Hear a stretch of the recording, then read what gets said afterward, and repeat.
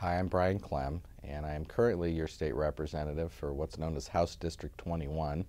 But for most of you, you know it as the Bush Park neighborhood in Salem, Central Salem, now the downtown of Salem, the Grant neighborhood, and all of East Salem between Mission Street and Hazel Green in the north. And I'm up for re-election this year, and I am hoping to earn your support. I want to take a few minutes to explain to you what I've done in the last few sessions in order to help our community and help Oregon. So I was elected in 2006 and have served in the legislature now for the last 6 years. And during that time, I've had a pretty significant effect in a few arenas that I think would matter to you. The biggest one, and the one I will continue to want to spend my energy and time in, is how to keep our middle class strong. And for me, that means keeping our jobs at home and not sending them out of state or overseas, because I worry that the loss of manufacturing in particular over the last few decades in this country is making it very difficult for us to maintain a decent standard of living for our middle class. So what can the state of Oregon do about that? Well, the one thing that Oregon can control, since we can't control everything happening in Greece or Asia, we can control what we spend our tax dollars on when we're buying things. And the state of Oregon buys about $5 billion a year worth of goods and services. Prior to 2011, the state had a policy of buying whatever the lowest bid item was, no matter where it came from in the world.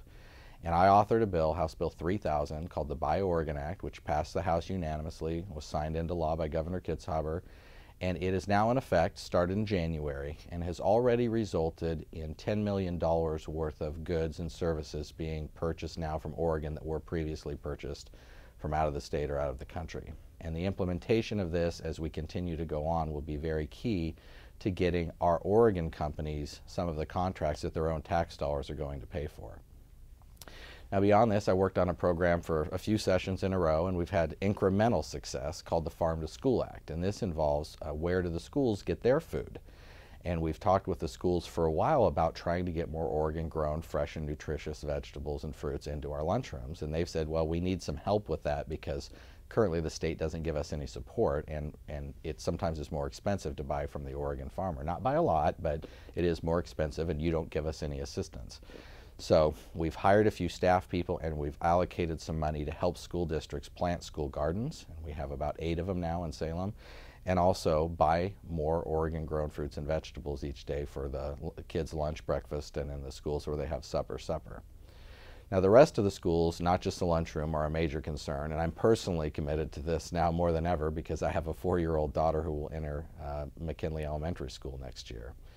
And prior to that time, I had a lot of experience working on trying to make sure low-income Oregonians could go to college through a thing called the Oregon Student Assistance Commission, where I was a volunteer. And also, I'm the child of a teacher, so I know firsthand how hard our teachers work and how difficult it is sometimes for them to make ends meet and leave work at home. And I remember all those extra hours that my mom and our hardworking teachers in the Salem-Keizer District put in.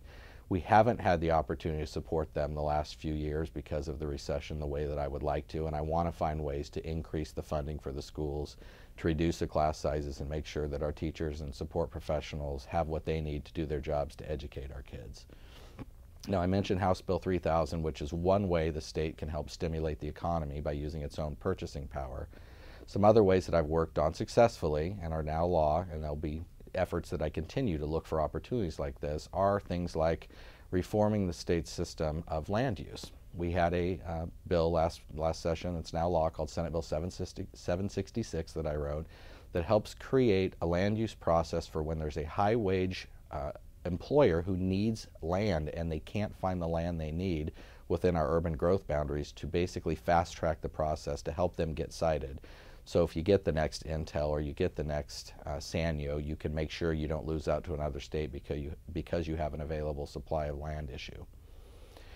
In general, I'm a citizen legislator. As many of you who know me know, I fix computers for a living, and I have for the last several years here in Salem.